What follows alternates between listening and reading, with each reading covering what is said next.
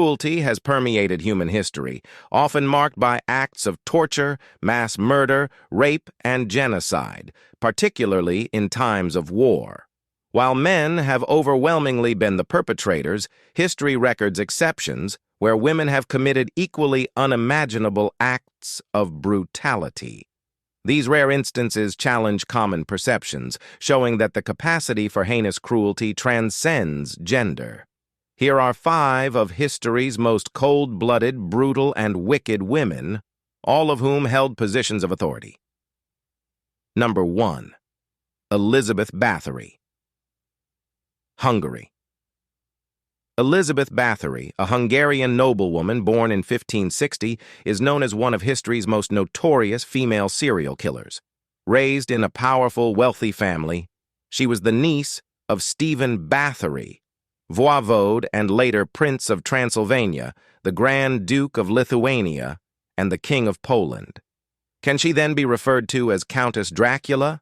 Elizabeth Bathory witnessed brutal punishments and executions carried out by her father's officers and was influenced by family members involved with Satanism and witchcraft, and may have even been exposed to early forms of sadism and cruelty. As a child, she suffered seizures which may have been epilepsy. Treatment for such bouts included feeding the patient blood and bits of skull from a non-sufferer. After marrying Count Ferenc Nadasdy, Bathory managed their estate while her husband was away at war. Following his death in 1601, her violent tendencies reportedly intensified, with most of her victims being young girls sent to her court for education. Her torture methods included burning, mutilation, and brutal forms of punishment, some accounts even suggesting cannibalism. At the turn of the 17th century, Elizabeth Bathory allegedly tortured and killed up to 650 girls at her castle in Kaktis, now in Slovakia. Known as the Blood Countess, she reportedly bathed in their blood, believing it would preserve her youth. In 1610, Bathory and her servants were arrested, and she was tried based on numerous witness testimonies. Over 300 accounts suggested she tortured and killed hundreds, with some sources claiming up to 650 victims. Her accomplices were executed, while Bathory herself was sentenced to life imprisonment confined to a walled-off room until her death a few years later. Irma Grese, Nazi Germany.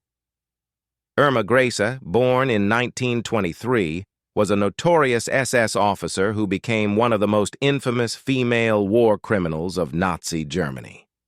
After her mother's tragic suicide, she left school early and was exposed to brutality during her training at an SS hospital. In 1942, she began working at Ravensbrück, a concentration camp exclusively for women prisoners, and later rose to senior SS supervisor at Auschwitz, granting her authority to carry out severe abuse on 30,000 women inmates. Known for her cruelty, Grese used whips, a pistol, and attack dogs to torment prisoners, and frequently subjected them to torturous acts that included whipping, sexual exploitation, and orchestrating brutal punishments alongside Josef Mengele, sometimes called the Angel of Death, a Nazi officer and physician. Together they determined who will live or die. One of Grese's frequent methods of torture involved whipping prisoners across their breasts. The braided wire at the tip of her whip caused numerous prisoners to develop infections from their wounds. These individuals would then undergo surgeries without anesthesia, during which Grese would be present, taking pleasure in the suffering of her victims. With the fall of Nazi Germany, Grese was captured by the British at Bergen-Belsen, tried, and sentenced to death by hanging. At her execution in December 1945, she remained defiant, cementing her legacy as one of history's cruelest female war criminals. She was 22 years old. In this photo, which one do you think is Irma Grese? Number 3. Wu Zetian, China. Wu Zetian, personal name Wu Zhao, was born to a wealthy family in ancient China, was highly educated, a rare privilege for women at the time. At age 14, she became a concubine to Emperor Taizong, where she gained influence through her duties in his court. After Taizong's death, Wu was sent to a convent, but Emperor Gaozong, Taizong's son, with whom she had an affair, brought her back as his concubine. Through political maneuvering, Wu became Gaozong's favorite, bore him children, and eventually rose to empress by accusing Empress Wang of murdering her own daughter, a death that many believe Wu orchestrated herself. Wu then had both Wang and another rival executed. Upon Gaozong's death, Wu effectively ruled as empress, eliminating opponents through imprisonment, exile, forced suicides, and executions. She built an elaborate spy network and secret police to monitor and eliminate threats, reaching its height in 684 when she ordered the massacre of 12 imperial family branches. Though remembered for her bloody reign, Wu is also noted for her progressive policies that benefited the poor. Under her 45-year reign, China grew larger, becoming one of the great powers of the world.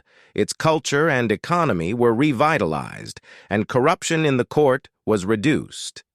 She was eventually removed from power during a coup and died a few months later. Despite these achievements, her ruthless tactics have secured her a reputation as one of history's cruelest women. Mary Tudor, England. Mary I of England, also known as Bloody Mary, was the first woman to claim the English throne in her own right. But she is most remembered for her violent persecution of Protestants in her effort to restore Catholicism.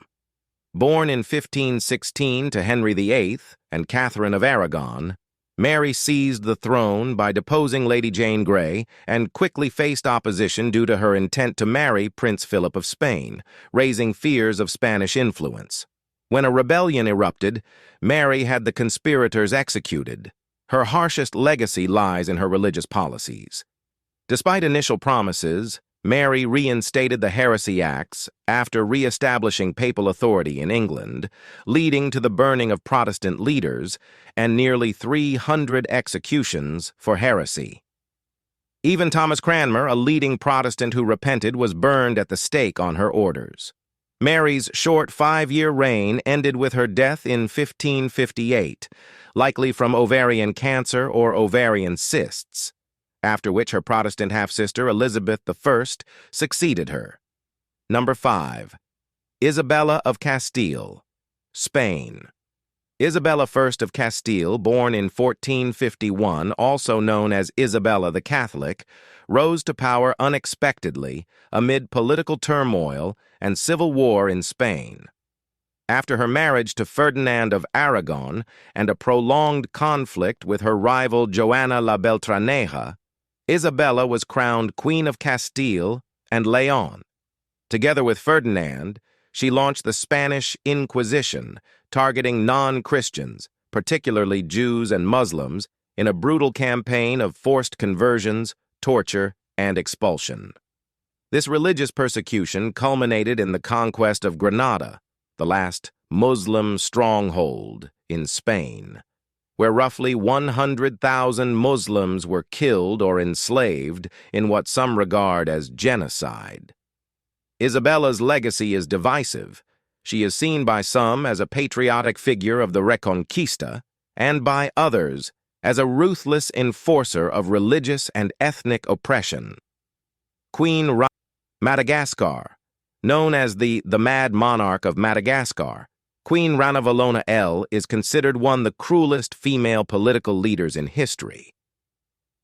Ranavalona L ruled the African island of Madagascar for 33 years that were filled with nothing but terror, fear, and violence.